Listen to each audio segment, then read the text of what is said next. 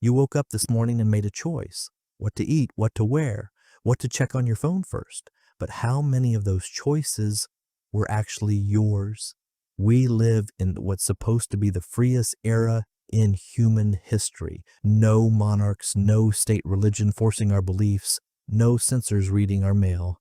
And yet, some of the sharpest minds in psychology and economics have spent the last century building something quieter.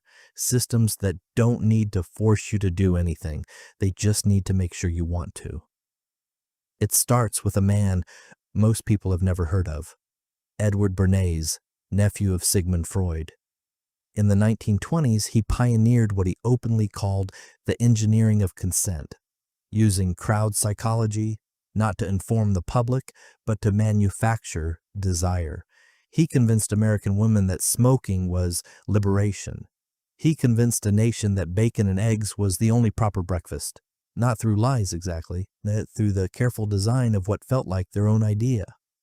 100 years later, the tools are unrecognizable, but the goal is identical. Every time you open an app, you're not just using a product, you're stepping into an environment engineered by teams of behavioral psychologists whose entire job is to keep your attention just a few seconds longer. The infinite scroll, the notification ping, the autoplay that starts before you've decided to keep watching. None of it is an accident. In 2008, two economists published a book called Nudge. Its central idea was elegant. You don't need to ban a choice or force a decision. You just need to design the default option, the order things appear in, the way a form is worded. Change the architecture of a choice, and you change the outcome, while the person making it still feels completely free. Governments and corporations adopted the idea almost immediately. Here's a number worth sitting with. In the United States alone, total household debt now exceeds $17 trillion. Credit systems weren't only built to help people buy things. They were built to keep people tethered to a certain kind of life. Miss a payment and your access to housing, transportation, even employment can quietly narrow. A person deep in debt rarely feels free to take risks, question their employer, or walk away from a system that isn't serving them. Long before debt or algorithms shape us, our education systems do. Many Western school models were formalized during the industrial era, not primarily to cultivate independent thought, but to produce punctual, obedient workers for factories, bells that mimic shift changes, rows of desks facing forward, rewards for compliance, not curiosity.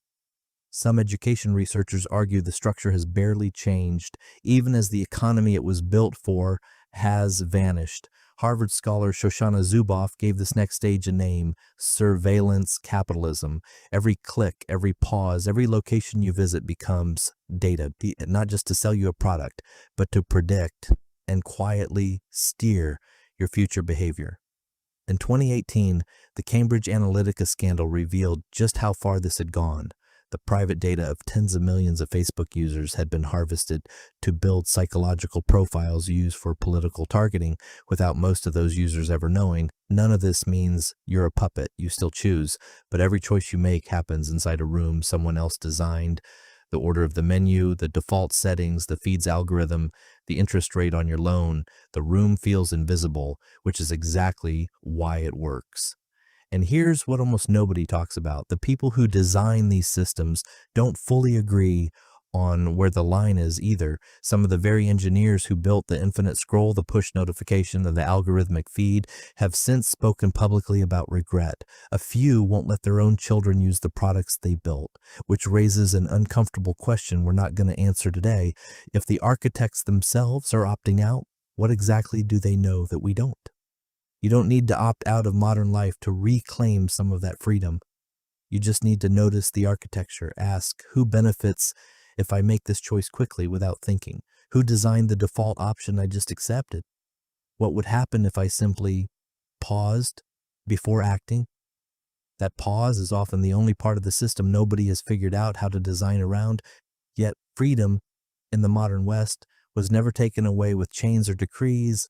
It was simply redesigned, quietly, profitably, one default setting at a time.